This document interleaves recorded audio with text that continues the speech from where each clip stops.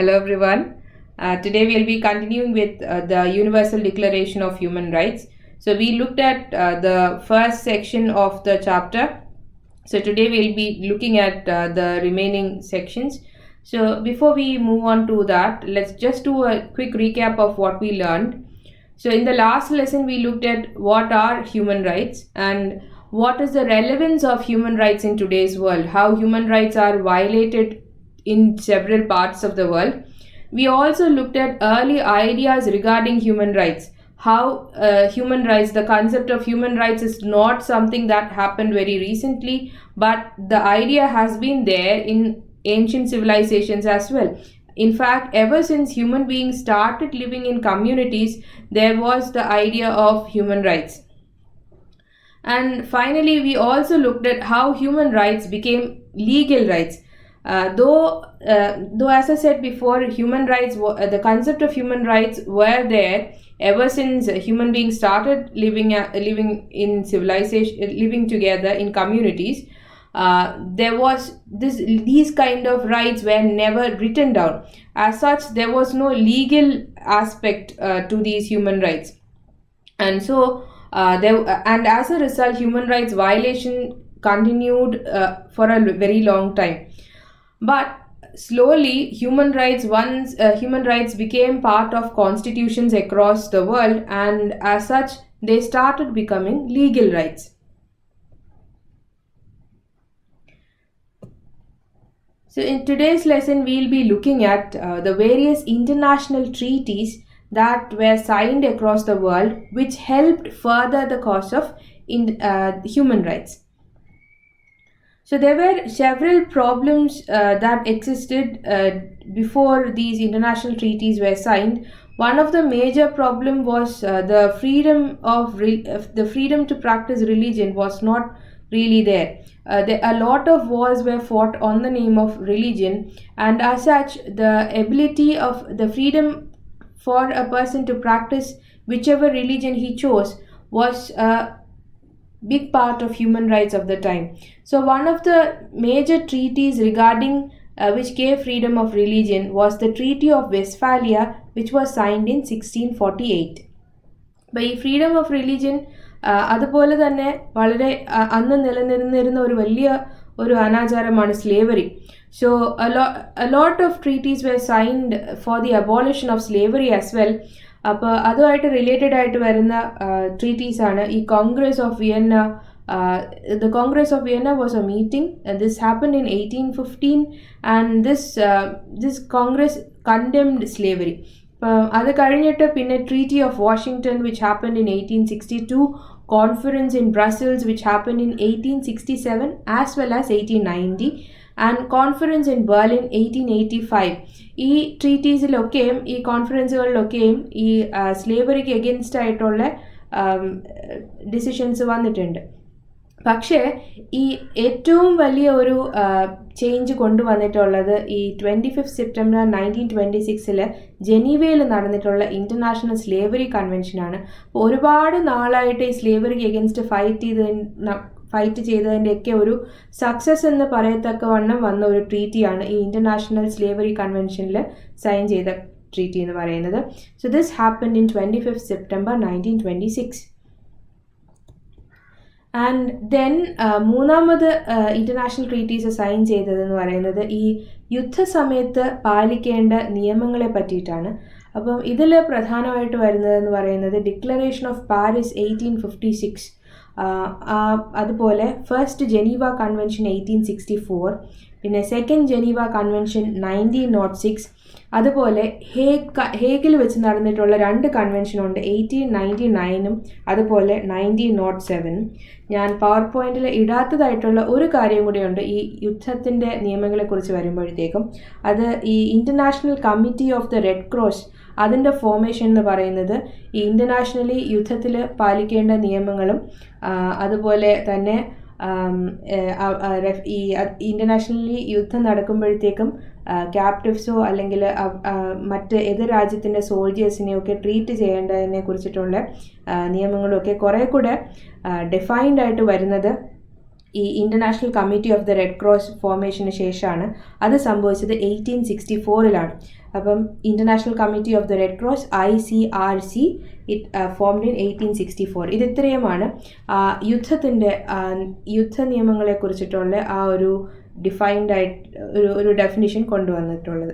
ഇപ്പം human rights ഒരുപാട് violate ചെയ്യാത്ത രീതിയിലുള്ള യുദ്ധത്തിൻ്റെ നിയമങ്ങൾ. നേരത്തെ എന്ന് പറയുമ്പോൾ, അതിന് മുൻപെന്ന് പറയുമ്പോഴത്തേക്കും ഏതൊരു ശത്രു രാജ്യത്തിന് എന്ത് വേണമെങ്കിലും ചെയ്യാൻ പറ്റും, എങ്ങനെ വേണമെങ്കിലും യുദ്ധം ചെയ്യാം എന്നുള്ള ആ ഒരു ഐഡിയയിൽ നിന്ന് മാറിയിട്ട് കുറേ കൂടി ലോസ് കൊണ്ടുവരുമ്പോഴത്തേക്കും ഹ്യൂമൻ റൈറ്റ്സ് വയലേഷൻ കുറച്ചുകൂടെ കുറയും എന്നുള്ള ആ ഒരു ഐഡിയ എന്നാണ് ഇത് ഇൻ്റർനാഷണൽ ട്രീറ്റീസ് വന്നിരിക്കുന്നത്. Then the next major period is the interwar period. Interwar period എന്ന് പറയുന്നത് ഫസ്റ്റ് വേൾഡ് വാറിൻ്റെയും സെക്കൻഡ് വേൾഡ് വാറിൻ്റെയും ഇടയ്ക്ക് ഉള്ള ആ ഒരു കുറച്ച് സമയമാണ്. അപ്പോൾ ഈ സമയത്ത് കുറച്ച് പ്രധാനപ്പെട്ടുള്ള മാറ്റങ്ങൾ ഉണ്ടായത്. ഒന്നെന്ന് പറയുന്നത്, there was a growing belief that governments alone cannot safeguard human rights. അപ്പം ഒരു രാജ്യത്തിൻ്റെ ഗവൺമെൻറ്റിന് മാത്രമായിട്ട് രാജ്യങ്ങളിൽ അകത്ത് നിന്നുകൊണ്ട് ഗവൺമെൻറ്റിന് ഹ്യൂമൻ റൈറ്റ്സിനെ പ്രൊട്ടക്റ്റ് ചെയ്യുന്നതിന് ഒരു പരിമിതിയുണ്ട്. അപ്പോൾ അതിനൊരു ഇൻ്റർനാഷണൽ ലോസ് വേണം എന്നുള്ള ഒരു ഐഡിയ വരാനായിട്ട് തുടങ്ങി. അതായത് രാജ്യങ്ങൾ തമ്മിൽ ഒരു ട്രീറ്റി ഉണ്ടാക്കിയാൽ മാത്രമേ ഹ്യൂമൻ റൈറ്റ്സിൻ്റെ വയലേഷൻ കുറയ്ക്കാനായിട്ട് സാധിക്കുള്ളൂ എന്നുള്ളൊരു ഐഡിയ ഉണ്ടാവാൻ തുടങ്ങി. അപ്പോൾ ഇതിൻ്റെ ഫലമായിട്ട് ഒരു യുണൈറ്റഡ് നേഷൻസിന് മുൻപേ ഉണ്ടായ ഒരു രാജ്യങ്ങളുടെ ഒരു കൂട്ടമാണ് ലീഗ് ഓഫ് നേഷൻസ്. ഈ league of nations they try to undertake protection of human rights internationally. അവർ ഒരുപാട് എഫേർട്ട് അതിന് വേണ്ടിയിട്ട് ചിലവഴിച്ചിട്ടുണ്ടെങ്കിലും അവർ ഹ്യൂമൻ റൈറ്റ്സ് എന്നുള്ള ആ ഒരു കറക്റ്റ് ഒരു ടേം മെൻഷൻ ചെയ്തിട്ട് ഉള്ള ഒരു പ്രോസസ്സ് നടത്തിയിട്ടില്ല. അതുപോലെ തന്നെ മറ്റൊരു പ്രശ്നം എന്ന് പറഞ്ഞാൽ, ലീഗ് ഓഫ് നേഷൻസ് എഫേർട്സ് എടുക്കുമ്പോഴത്തേക്കും these efforts were limited to very few conditions and also to few minorities in few countries. അപ്പോൾ എല്ലാ രാജ്യത്തിലെയും എല്ലാ ആൾക്കാരെയും ഉൾക്കൊള്ളിച്ചു കൊണ്ടുള്ള ഒരു ഹ്യൂമൻ റൈറ്റ്സിൻ്റെ ഒരു ഐഡിയ അല്ല ഈ ലീഗ് ഓഫ് നേഷൻസ് കൊണ്ടുവന്നിട്ടുള്ളത്. അപ്പോൾ അതൊരു പോരായ്മയായിട്ടുണ്ടായിരുന്നു. പിന്നെ ഇൻ്റർവാർ പീരീഡിൽ ഒരു വലിയ ഒരു അച്ചീവ്മെൻ്റ് എന്ന് പറയുന്നത് ഇൻ്റർനാഷണൽ ലേബർ ഓർഗനൈസേഷൻ്റെ ഫോർമേഷനാണ്. This happened in 1919. അപ്പോൾ ഈ ഇൻ്റർനാഷണൽ ലേബർ ഓർഗനൈസേഷൻ എന്ത് ചെയ്തു എന്ന് വെച്ചാൽ, ലോകത്ത് എല്ലായിടത്തുമുള്ള വർക്കേഴ്സിന് ഒരു ബേസിക് മിനിമം സ്റ്റാൻഡേർഡ് കീപ്പ് ചെയ്യണം എന്നുള്ള ഒരു ഐഡിയ കൊണ്ടുവന്നു. അപ്പോൾ അതുവരെ വർക്കേഴ്സിനെ ഏത് രീതിയിലും എക്സ്പ്ലോയിറ്റ് ചെയ്യാൻ പറ്റും എന്നുള്ളൊരു സിസ്റ്റം പല സ്ഥലങ്ങളിലും നിലനിന്നിട്ടുണ്ടായിരുന്നു. അപ്പോൾ അത് മാറിയിട്ട് വർക്കേഴ്സിന് ഒരു ബേസിക് മിനിമം, അവർക്ക് ഇത്ര വേജ് കൊടുക്കണം എന്ന്, അല്ലെങ്കിൽ അവരെ സ്ലേവ് ആയിട്ട് കീപ്പ് ചെയ്യാൻ പറ്റില്ല, അവർക്ക് ഇത്ര വേജ് കൊടുക്കണം എന്ന്, അവരുടെ വർക്കിംഗ് കണ്ടീഷൻസ് ഇങ്ങനെയൊക്കെ ആയിരിക്കണം എന്നൊക്കെ ഉള്ള അതൊരു ഹ്യൂമൻ ആയിട്ടുള്ള ഐഡിയാസ് ഇൻ്റർനാഷണൽ ലേബർ ഓർഗനൈസേഷൻ കൊണ്ടുവന്നിട്ടുണ്ട്. Then another major step during the interwar period was the signing of the International Slavery Convention in Geneva in 1926. അപ്പോൾ ഈ ഒരു ഇത് നേരത്തെ നമ്മൾ കണ്ട ഒരു കൺവെൻഷനാണ്. This led to the complete abolition of slavery. Then there were also conventions for the protection of refugees. അത് ആ conventions happened in 1933 and 1938.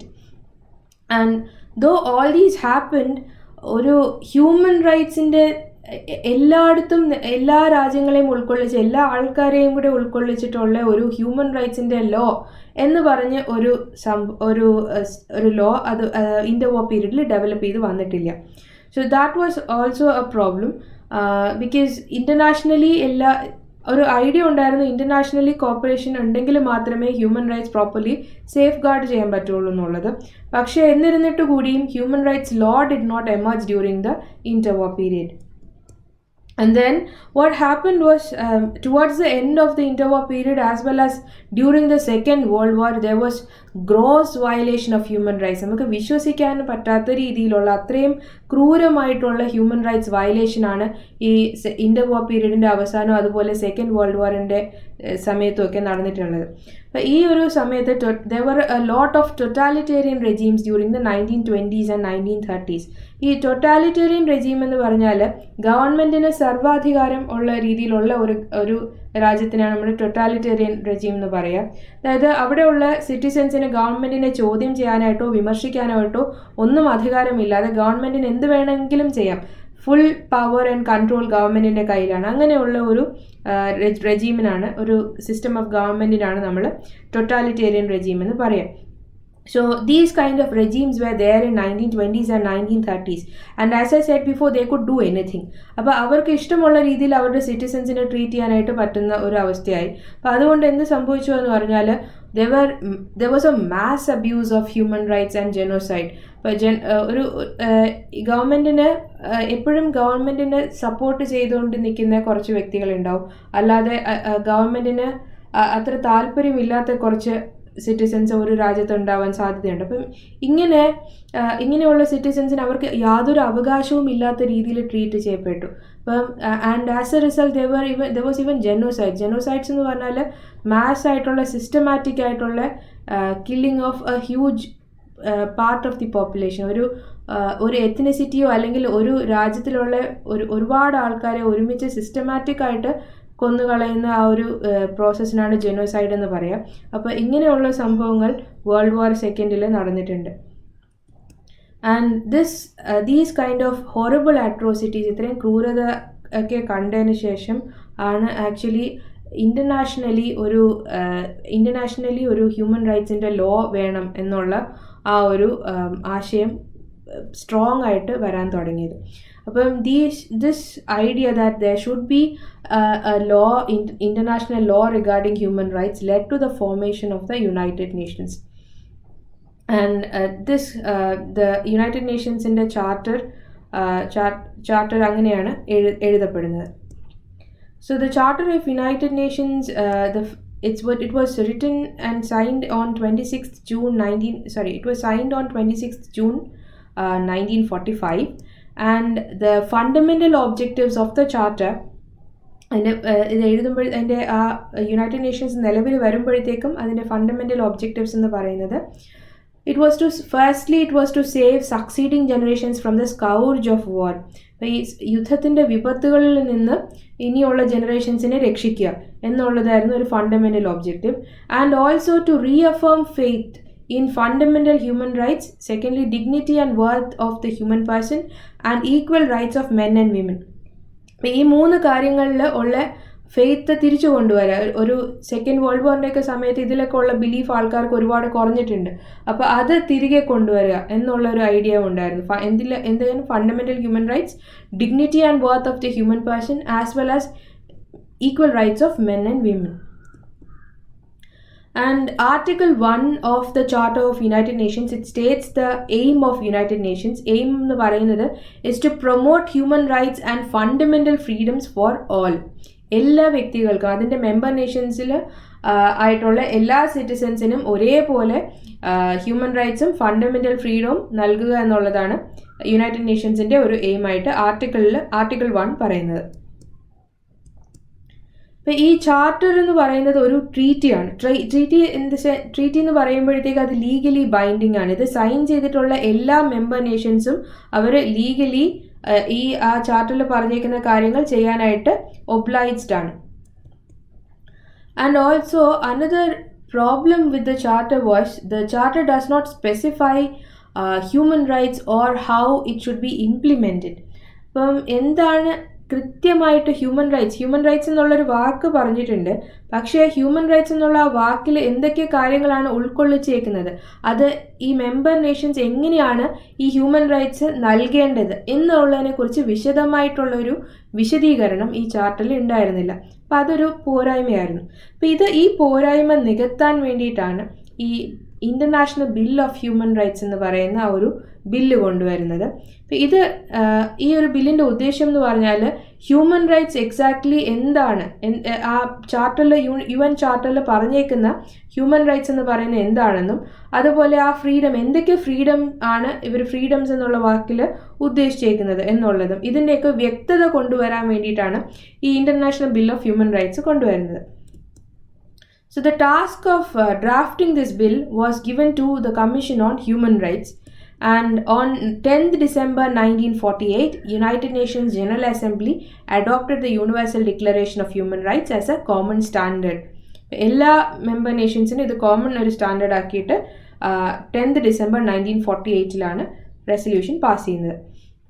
And the first article of the International Bill of Human Rights, it talks about universality of human dignity. എല്ലാ എല്ലാ സ്ഥലത്തുമുള്ള മനുഷ്യർക്ക് തുല്യമായി human dignity, മനുഷ്യനായതുകൊണ്ട് കിട്ടുന്ന ആ ഒരു ബഹുമാനമാണ്. അപ്പോൾ അത് എല്ലാ മനുഷ്യർക്കും ഒരേപോലെ ആയിരിക്കണം എന്നുള്ള ഒരു ഐഡിയ ഫസ്റ്റ് ആർട്ടിക്കിളിൽ തന്നെ പറയുന്നുണ്ട്. സെക്കൻഡ് ആർട്ടിക്കിൾ എന്ന് പറയുന്നത് ഈ ഡിസ്ക്രിമിനേഷൻ ഇല്ലാതെ ഈ ഹ്യൂമൻ റൈറ്റ്സ് എല്ലാ മെമ്പേഴ്സിനും കൊടുക്കണം എന്നുള്ളതാണ് രണ്ടാമത്തെ ആർട്ടിക്കിളിൽ പറയുന്നത്. Then the international bill of human റൈറ്റ്സിൽ ഡിഫൈൻ ചെയ്തേക്കുന്ന റൈറ്റ്സിനെ രണ്ടായിട്ട് നമുക്ക് തരംതിരിക്കാൻ പറ്റും. ആദ്യത്തേത് civil and political, and the second one is economic, social and cultural. So under the civil and political rights ഒരുപാട് റൈറ്റ്സ് സിവിൽ ആൻഡ് പൊളിറ്റിക്കൽ റൈറ്റ്സിൽ വരുന്നുണ്ട്. അതിൽ പ്രധാനപ്പെട്ടതാണ് ഇവിടെ പറയുന്നത്. The first one is right to life, liberty and security of person. Second one freedom from slavery and torture, equality before the law, protection against arbitrary arrest, detention or exile. Arbitrary എന്ന് പറഞ്ഞാൽ random ആയിട്ട് പ്രത്യേകിച്ച് reason ഇല്ലാതെ ഉള്ളതിനാണ് arbitrary എന്ന് പറയുക. അപ്പം അങ്ങനെ ഒരാളെ അറസ്റ്റ് ചെയ്യാനായിട്ട് സാധിക്കില്ല. അപ്പം ഒരു വ്യക്തമായ കാരണം കാണിച്ച് ഒരു വ്യക്തിയെ അറസ്റ്റ് ചെയ്യാനായിട്ട് പറ്റുള്ളൂ. Right to a fair trial, right to own property, right to political participation, right to marriage, fundamental freedom of thought, conscience and religion, freedom of opinion and expression, right to take part in the government. ഇത്രയാണ് പ്രധാനമായിട്ട് civil and political റൈറ്റ്സിൻ്റെ കീഴിൽ വരുന്നത്. അപ്പം റൈറ്റ്സിനെ നമ്മൾ രണ്ടായിട്ട് തിരിച്ചു, civil and political rights. Second one is economic, social and cultural rights. ഈ economic, social and cultural റൈറ്റ്സിൻ്റെ കീഴിൽ വരുന്നതിൽ പ്രധാനപ്പെട്ടത് right to work, equal pay for equal work, right to form and join trade unions, right to an adequate standard of living, right to education, right to participate freely in cultural life. So conclusion, നമ്മുടെ finally ഈ ചാപ്റ്ററിൻ്റെ കൺക്ലൂഷനിൽ പറയുന്നത് the fundamental principle underlying the rights proclaimed in the declaration is the inherent dignity and the equal and inalienable rights of all members of the human family. ഈ international bill of rights കൊണ്ടുവരുമ്പോഴത്തേക്കും international bill of human rights കൊണ്ടുവരുമ്പോഴത്തേക്കും അതിൻ്റെ പിന്നിലുള്ള fundamental principle എന്ന് പറയുന്നത് ആ മനുഷ്യൻ്റെ ആ ഇൻഹറൻ്റ് ആയിട്ടുള്ള ഡിഗ്നിറ്റിയും അതുപോലെ ഈക്വൽ ആൻഡ് ഇൻഏലിയനബിൾ, നമുക്ക് ഒരിക്കലും ഒഴിച്ചുകൂടാനാകാത്ത അല്ലെങ്കിൽ എടുത്ത് മാറ്റാനാകാത്ത രീതിയിലുള്ള ആ ഒരു മനുഷ്യർക്ക് കിട്ടേണ്ട ആ ഒരു റൈറ്റ്സ് ആണ്. അപ്പോൾ ഇതാണ് ആ ഒരു അതിൻ്റെ അണ്ടർലൈങ് പ്രിൻസിപ്പിൾ എന്ന് പറയുന്നത്. എല്ലാ മനുഷ്യർക്കും ഒരു ഇൻഹറൻ്റ് ആയിട്ടുള്ള ഡിഗ്നിറ്റി ഉണ്ട്, അതുപോലെ ഈക്വൽ ആൻഡ് ഇൻഏലിയനബിൾ റൈറ്റ്സ് എല്ലാ മനുഷ്യർക്കും കിട്ടേണ്ടതാണ്. അപ്പോൾ ഇതാണ് ആ ഒരു ഇൻ്റർനാഷണൽ ബിൽ ഓഫ് ഹ്യൂമൻ റൈറ്റ്സിൻ്റെ ഫണ്ടമെൻ്റൽ പ്രിൻസിപ്പിൾ എന്ന് പറയുന്നത്. So that is the end of the chapter. Thank you every one.